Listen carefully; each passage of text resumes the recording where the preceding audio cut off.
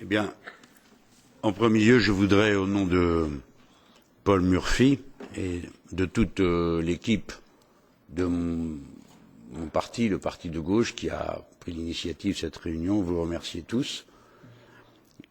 Je l'ai dit en commençant, notre réunion a, indépendamment de ce qui s'y dit, le sens d'un acte de protestation. Nous allons disposer, pour lui donner de l'ampleur, des moyens dont nous avons l'usage habituel. D'abord les réseaux sociaux, et j'espère que chacun d'entre vous, s'il accède à un compte tweet, s'est fait un devoir de rendre compte de notre présence à tous ici, et tous les autres réseaux sociaux vont être utilisés. Le site du Parti de gauche mettra à disposition de chacun le film de cette réunion, les interventions en français et en anglais, pour que chacun puisse de son côté faire les découpages et l'utilisation militante qu'il entend faire de ce qui s'est passé ici. J'y reviendrai pour finir, car je crois que nous allons entrer dans les 10 jours qui viennent dans le grand moment crucial de cette bataille, puisque nous allons être au contact des citoyens dans tous les pays de l'Union européenne à l'occasion de la prochaine campagne qui s'annonce. Mais auparavant, un mot peut-être en vous priant d'excuser le caractère un peu philosophique de la chose, ou géopolitique. Le grand marché transatlantique doit être compris dans son sens civilisationnel, et pas seulement comme un épisode de la bataille entre le capital et le travail. C'est un épisode de la bataille entre le capital et le travail, pas seulement un moment d'un épisode de la bataille entre les différents secteurs du capitalisme mondial pour les différentes parts de marché, c'en est un, mais comme un franchissement de seuil. Comme l'a très bien expliqué Bruno tout à l'heure, nous ne sommes pas en présence d'un exercice de dérégulation qui supposerait qu'un marché existerait à l'état naturel, encombré de règles, et qu'une fois les règles retirées, le marché aurait une dynamique spontanée. Il n'existe aucun marché en dehors des règles qui constituent ce qu'on appelle un marché. C'est de la métaphysique de le croire. C'est le retour aux conceptions les plus archaïques du naturalisme que de croire qu'un tel marché existe. D'ailleurs, le mot marché n'a pas grande signification.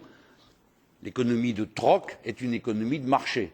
Et à certains égards, une économie planifiée peut aussi être une économie de marché, ou en tout cas une économie hautement socialisée peut être une économie de marché si elle consiste à organiser les conditions dans lesquelles librement se confronteraient les besoins et les moyens de les apaiser. Par conséquent, le grand marché transatlantique, TTIP, est un épisode de réorganisation des relations sociales, humaines, politiques à l'échelle de la planète. C'est une nouvelle organisation. Elle correspond non seulement aux intérêts particuliers d'un secteur du capitalisme mondial, en l'occurrence ceux qui sont les plus pressés de le voir se constituer, ce sont les États-Unis d'Amérique, dans la mesure où les États-Unis d'Amérique émettent la monnaie de réserve des échanges mondiaux, et que cette monnaie de réserve est émise sans aucune contrepartie matérielle correspondant à l'économie des États-Unis d'Amérique.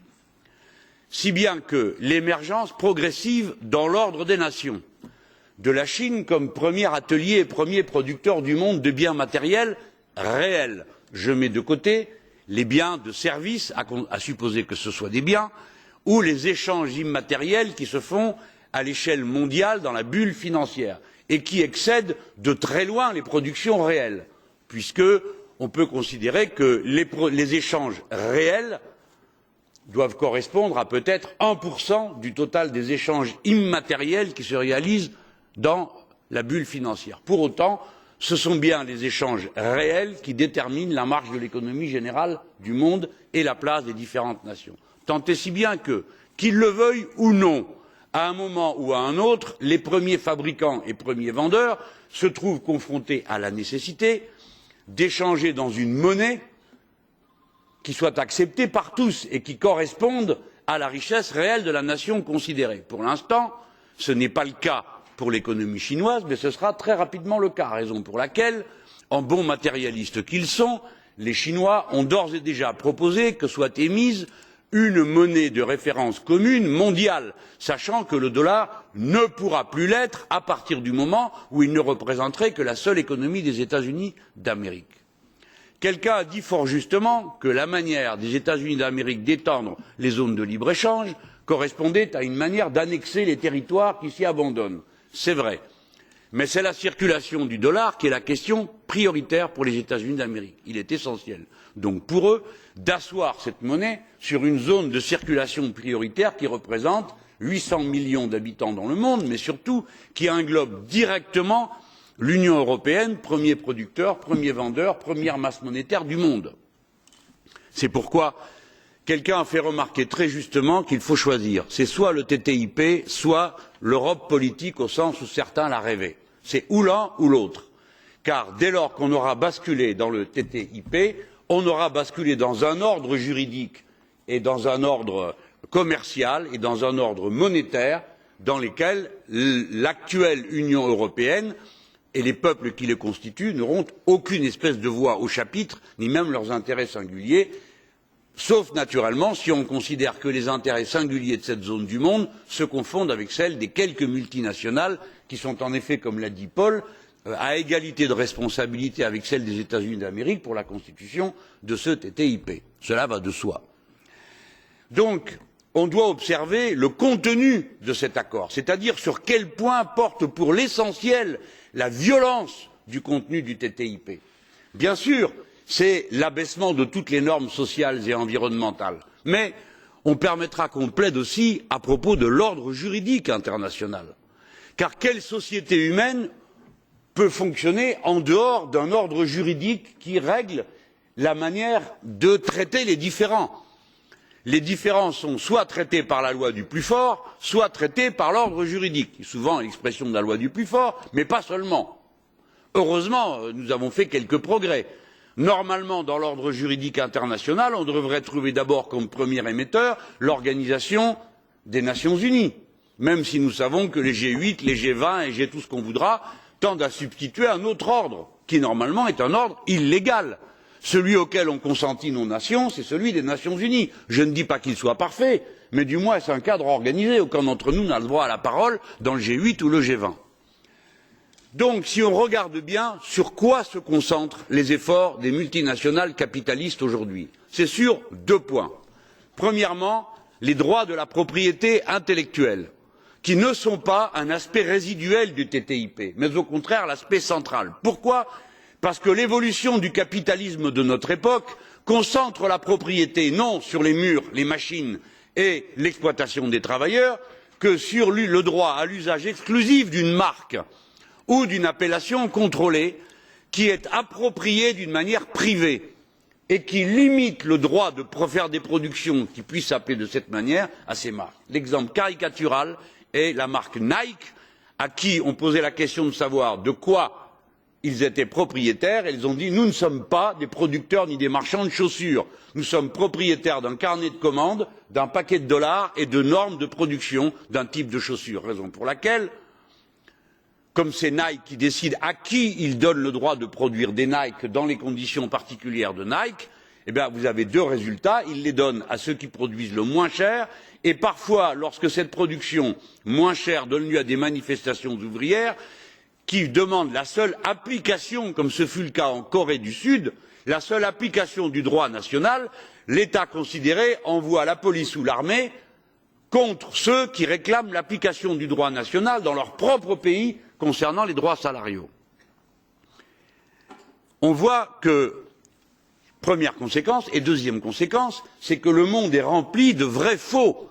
Ce qui est présenté comme la lutte contre la contrefaçon, ce n'est pas de la contrefaçon qui est mise en vente, ce sont les productions hors quota rachetées par les grandes compagnies qui ont commandé la production dans tel ou tel pays.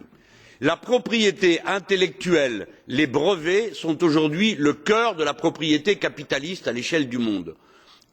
Les pays qui ne se seront pas assez vite approprié leurs propres appellations contrôlées pourraient voir demain une production être contrôlée dans un pays qui n'a aucun rapport, par exemple faire du Roquefort depuis la Californie, si les producteurs de Roquefort ne se sont pas à temps, je parle d'une production typiquement française, approprié le nom de leur marque. On verra du champagne être produit ailleurs que dans la région Champagne, et si la France ne s'était pas protégée à temps, on pourrait voir un producteur californien ou du Tennessee interdire que la région Champagne produise ou vende sous le nom de Champagne du champagne. Ne croyez pas que ce soit une menace en l'air. Il y a des pays qui viennent de découvrir que l'essentiel de leur production pourrait bientôt passer sous un autre contrôle. Ils n'auraient pas le droit d'appeler, par exemple, cacao, ce qui est une production de cacao dans leur pays, parce qu'ils ont oublié de déposer l'appellation contrôlée. L'enjeu des marques et de la propriété intellectuelle est crucial dans la question du TTIP. La deuxième question qui va avec, c'est l'ordre juridique lui-même. Autrefois, les tribunaux d'arbitrage n'étaient autorisés qu'entre des firmes privées pour régler leurs différends entre elles.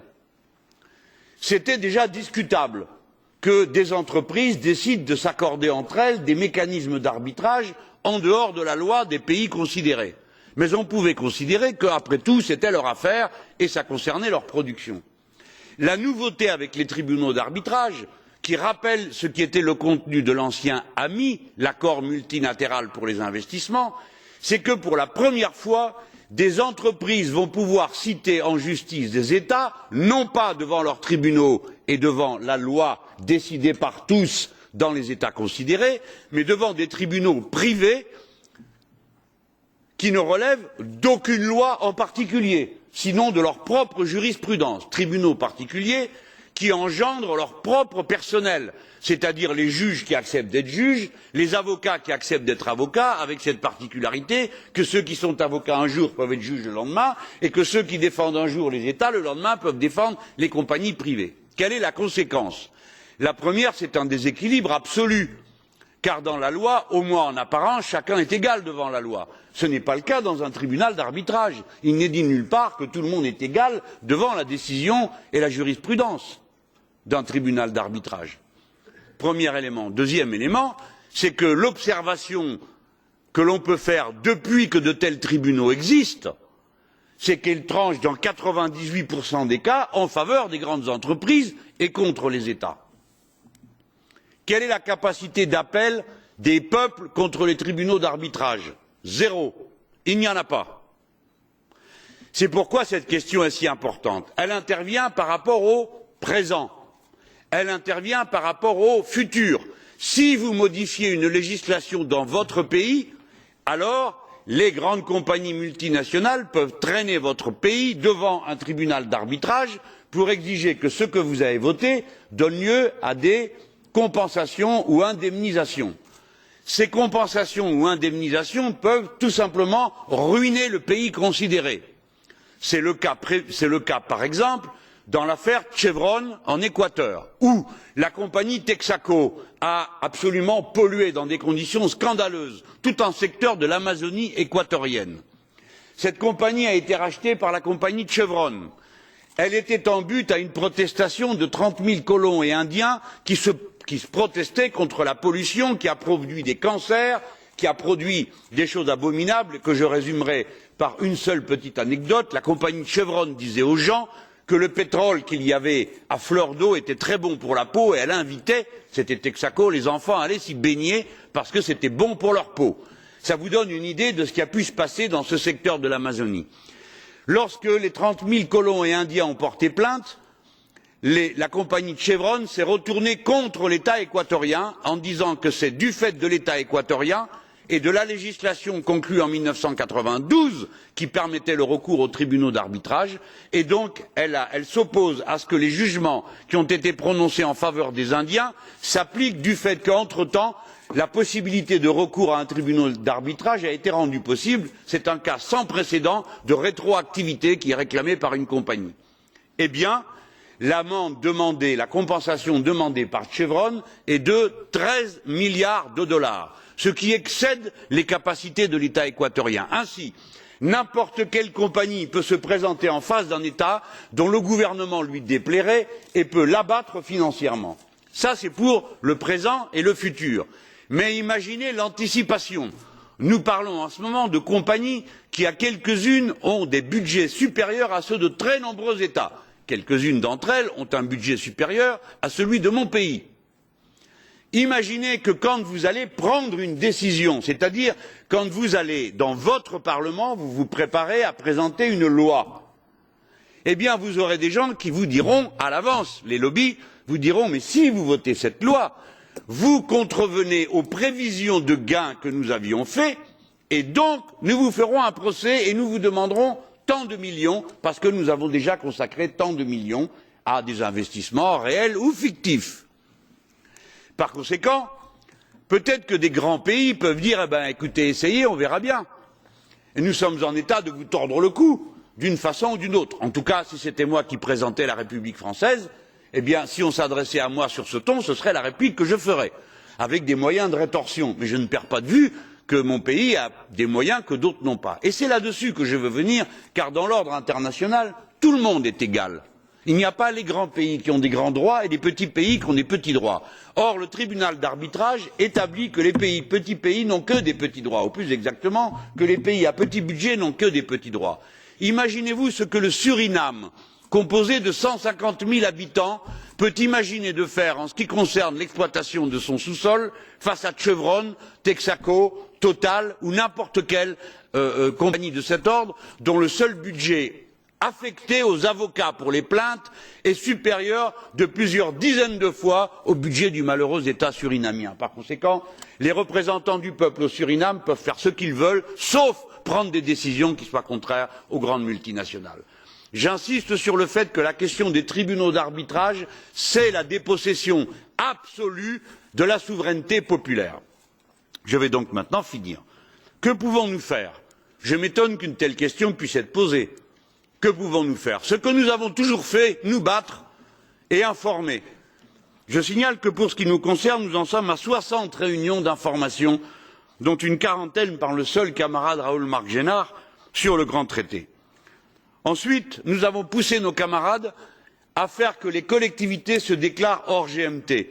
Je ne me fais pas d'illusions sur le poids juridique d'une telle décision. Mais je sais très bien que c'est un moyen extraordinaire de prise de conscience et de propagande, là où certains votent contre, parce que ça nous permet de montrer du doigt qui est quoi, quelle responsabilité prend chacun. Et parfois, nous avons des votes très surprenants. La région Île-de-France nous a donné une majorité contre les socialistes et contre la droite. La droite s'étant abstenue pour embêter les socialistes.